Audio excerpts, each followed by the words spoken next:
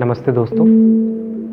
Life skills की series में आज हम चर्चा करेंगे क्रिटिकल थिंकिंग पे। क्रिटिकल थिंकिंग उन 4 सीज़ में है, 21st सेंचुरी की 4 सीज़ में है, जो बहुत ही इम्पेरेटिव होंगे आने वाली सेंचुरी में, जिसमें collaboration, creativity, critical thinking and communication, ये 4 सीज़ बहुत इंपॉर्टेंट हैं। आप वाइट बोर्ड पे देख रहे होंगे। फर्स्ट डायग्राम में 4 सीज़ का सिग्निफिकेंस बताया गया है और इसमें से एक है क्रिटिकल थिंकिंग, जिस पे आज हम लोग विस्तार से चर्चा करेंगे। इसको हम एक उदाहरण से समझने की कोशिश करेंगे कि क्रिटिकल थिंकिंग है क्या। डायग्राम नंबर 3 में आप देखें तो क्रिटिकल थिंकिंग के जो स्टेप्स हैं उससे आपको समझ में आएगा कि क्या क्रिटिकल थिंकिंग है और किस तरह से हम किसी निष्कर्ष पे पहुंचते हैं। जो पहला चरण है वो है जानकारी इकट्ठा करना, दैट इज़ आई, जिसको हम कहते हैं ऑर्गेनाइजिंग इन्फॉर्मेशन। आज के परिप्रेक्ष्य में लॉकडाउन की नीति पर चर्चा हो रही है और इसी को हम उदाहरण के तौर पे लेंगे। क्रिटिकल थिंकिंग में सबसे महत्वपूर्ण चीज़ क्या है कि एक डिसिप्लिन्ड वे ऑफ थिंकिंग है, जिसमें रैशनैलिटी और ऑब्जेक्टिव एनालिसिस को महत्व दिया जाता है किसी भी निष्कर्ष पे पहुंचने के लिए। यदि हम 2 महीने पहले जाएं, लॉकडाउन 1 की बात करें, जब लॉकडाउन पे निर्णय लिया जाना था कि क्या लॉकडाउन भारतीय परिप्रेक्ष्य में किया जाना चाहिए अथवा नहीं, तो सरकार के समक्ष ये चुनौती थी कि लॉकडाउन पे निर्णय लिया जाए और क्रिटिकल थिंकिंग की अगर स्टेप्स फॉलो करें तो उसमें आप देखेंगे कि और कंट्रीज़ में लॉकडाउन जो हुआ, चाहे वो यूरोपियन कंट्रीज़ में हो, चाहे अमेरिका में हो, लॉकडाउन का जो एक्सपीरियंस था और कोरोना क्राइसिस कोविड-19 के बारे में जो जानकारियाँ थीं, उस आधार पे हमने विभिन्न जानकारियाँ अलग अलग स्रोतों से इकट्ठा करी। वो क्रिटिकल थिंकिंग का एक पहला चरण था। दूसरे स्टेप में हम रीजनिंग पे आते हैं, जिसको हम कहते हैं कि तर्क संगत रूप से चिंतन करना, यानी जो भी जानकारी हमारे पास आई उस आधार पे हमने एक structured form of reasoning follow करी, यानी उसके अलग अलग पक्षों के बारे में, और जिसको हम कहते हैं कि ऑब्जेक्टिव एनालिसिस करी, यानी बिना किसी प्रेजुडिस के, बिना किसी बायस के, अपनी भावना के, इमोशंस के, उनको अलग रख के हमने ये स्टेप फॉलो किया, जिसको हम कहते हैं स्ट्रक्चर्ड फॉर्म ऑफ रीजनिंग। किस दिशा में? हमारा फाइनल गोल क्या है, ऑब्जेक्टिव क्या है कि whether to implement lockdown in Indian context और not.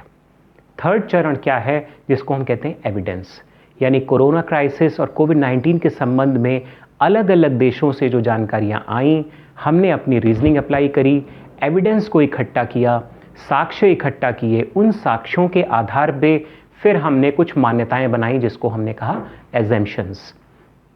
On the basis of evidence that we received from various sources, we formed our assumptions about lockdown. Lockdown was a new context, a new concept in the Indian context. एक अवधारणा थी भारतीय परिप्रेक्ष्य में, और इस अवधारणा को लागू करने के लिए हमारी मान्यताएं क्या, लॉकडाउन भारतीय परिप्रेक्ष्य में सफल होगा या नहीं होगा, ये इस बात पे निर्भर किया कि हमने किन देशों की ओर देखे, क्या उदाहरण हमने लिए। जैसे पश्चिमी देशों की अगर हम बात करें तो यूरोपियन कंट्रीज़ में स्ट्रिक्ट लॉकडाउन था। पूर्वी देशों की बात करें, पूर्व एशियाई देशों की बात करें तो जापान और सिंगापुर में उतना ड्रैकोनियन या स्ट्रिक्ट लॉकडाउन नहीं था। तो सरकार की जो नीति निर्धारण थी लॉकडाउन के परिप्रेक्ष्य में, वो इस बात पे निर्भर थी कि हम किन सोर्सेज से वो इन्फॉर्मेशन इकट्ठा कर रहे हैं, कहाँ से वो एविडेंस आ रहे हैं। और इसी का अगला पार्ट था आर्ग्यूमेंट, यानी लॉकडाउन के पक्ष में या विपक्ष में हमने इन 4 स्टेप्स के जो पहले किए हैं, इस आधार पे हमने पक्ष और विपक्ष के बारे में विस्तार से सोचा, यानी मेरिट्स और डिमेरिट्स, प्रॉस एंड कॉन्स क्या हो सकते हैं लॉकडाउन के बारे में। क्रिटिकल थिंकिंग को हमने फॉलो किया। इस चरण में जो आर्ग्यूमेंट्स आए, पक्ष या विपक्ष, positives and negatives, on the basis of that we arrived at certain conclusions about implementing the policy of lockdown.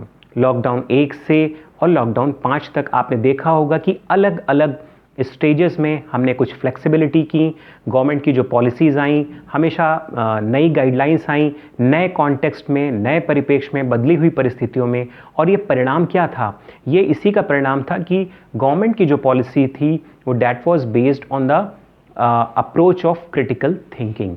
Critical thinking lockdown के परिप्रेक्ष्य में सही या गलत एक अलग पक्ष है, लेकिन जो हमारे सामने परिस्थितियां होती हैं उस परिप्रेक्ष्य में जो हमारे पास साक्ष्य और प्रमाण होते हैं उस आधार पे हम निर्णय लेते हैं। हाइंडसाइट में बहुत लोग कह सकते हैं कि लॉकडाउन पॉजिटिव नहीं रहा या फेवरेबल नहीं रहा या लॉकडाउन अच्छा रहा, दोनों ही बातें हैं, मगर असलियत ये, वास्तविकता ये है कि हम किसी भी निर्णय में पहुँचें लेकिन हम क्रिटिकल थिंकिंग को फॉलो करें।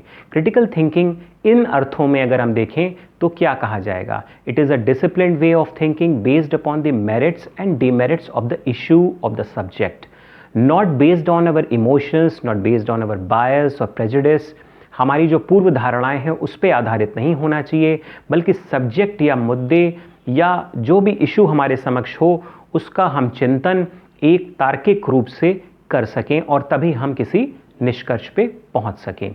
ये तो क्रिटिकल थिंकिंग के वेरियस एस्पेक्ट्स हैं। फिर बात आती है कि इसको कैसे प्रमोट किया जाए।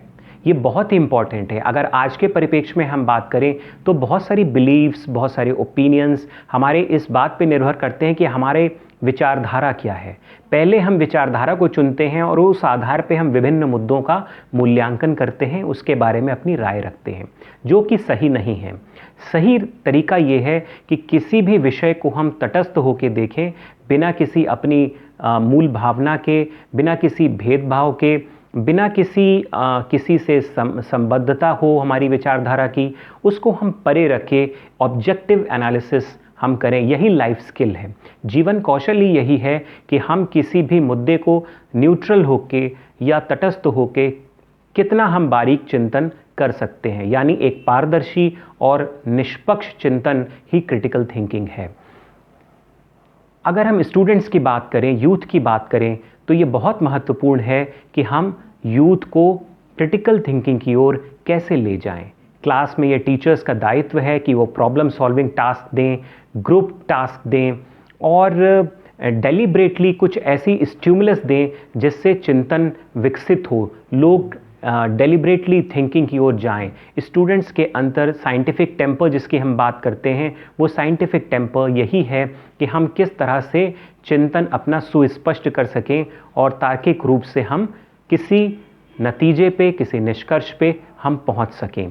तो ये पूरा ओवरऑल सिनेरियो है। उम्मीद है कि आपको लॉकडाउन के एक्सपीरियंस से, उसके एग्जाम्पल से आपको ये क्रिटिकल थिंकिंग की जो लाइफ स्किल है उसके बारे में ज़रूर एक दृष्टि मिली होगी। उम्मीद है कि ये वीडियो आपको ज़रूर पसंद आया होगा और आने वाले वीडियो का आप ज़रूर इंतज़ार करेंगे। Thank you very much.